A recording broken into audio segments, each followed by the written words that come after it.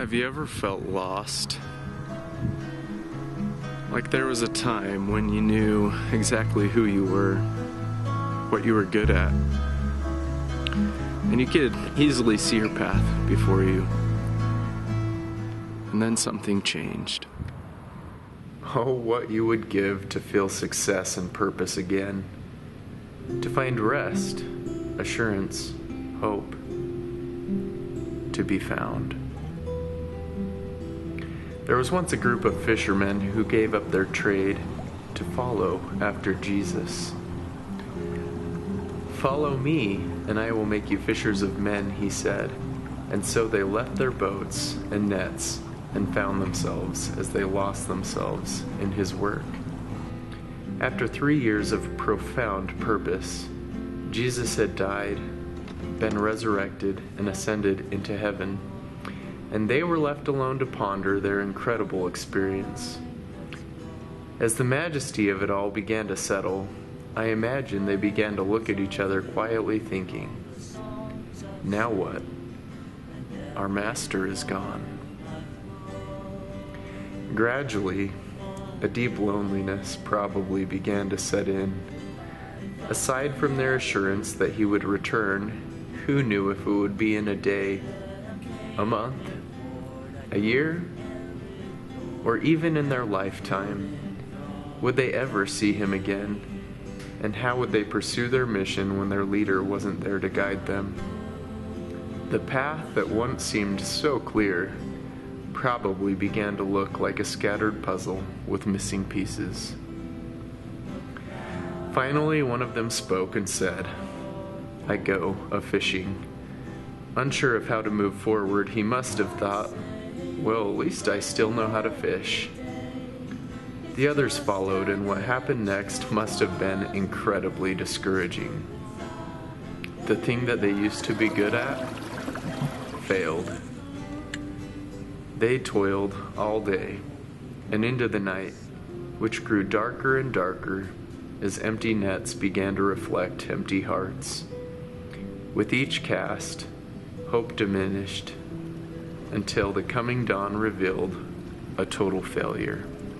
Not a single fish. Have you ever felt the same? Like you put everything you had into something just to keep pulling in an empty net? What happened next is the key if you choose to believe. After they had nothing left to give, they saw a man silhouetted on the shore. "Cast the net on the right side of the ship, and ye shall find," he called. What would you do? Would you look down at your blistered hands through tired eyes and yell back, "No thanks, we've already tried. There are no fish here. We give up"? Or would you recognize the familiar call of a friend and try again? As they cast their nets, the weight of the catch was so great that they could not pull the net into the boat. They would have to drag it to the shore to harvest their catch. Immediately, one of the fishermen knew exactly who the man was, as the same scenario had played out before when they were first called to follow him. "It's the Lord," he said. Peter, upon comprehending this truth, could not contain himself and threw himself into the sea and swam as fast as he could, leaving the others to slowly bring the ship and the fish to shore. His friend was really there, and he had to be with him. And then, as the exhausted, hungry, cold, and wet Peter pulled himself out of the water, what did he find? Next to a warm fire, there sat the Savior, who had already caught fish for them to eat, cooking the catch for his friends. When all hope seems to be gone, when the darkness of the night overwhelms your spirit, when all your labors come to naught, when the feeling of being lost is so thick that you feel like giving up forever, remember, He who has been there for you in your past is waiting on the other side of your darkest night. When you struggle, he fishes too. As the light of the morning reveals your empty boat, the light of his fire can be seen flickering on the shore. And as you choose to listen for the one calling in the distance to try again, success will come. Purpose will return, and rest will be found.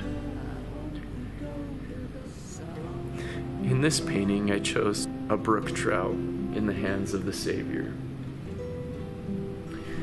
A brook trout is a fish that's native to my area, and I chose this specific fish because I like to place myself in this story. In my darkest hours, when I feel like all of my efforts are producing nothing, I try to listen for his familiar voice calling from the shore. For I know that he has already caught the fish for me. Although I feel lost, he has already found me. He is just waiting for me to find him again. What man is there of you, whom, if his son ask a fish, will he give him a serpent? If ye then know how to give good gifts unto your children, how much more shall your Father which is in heaven give good things to them that ask him?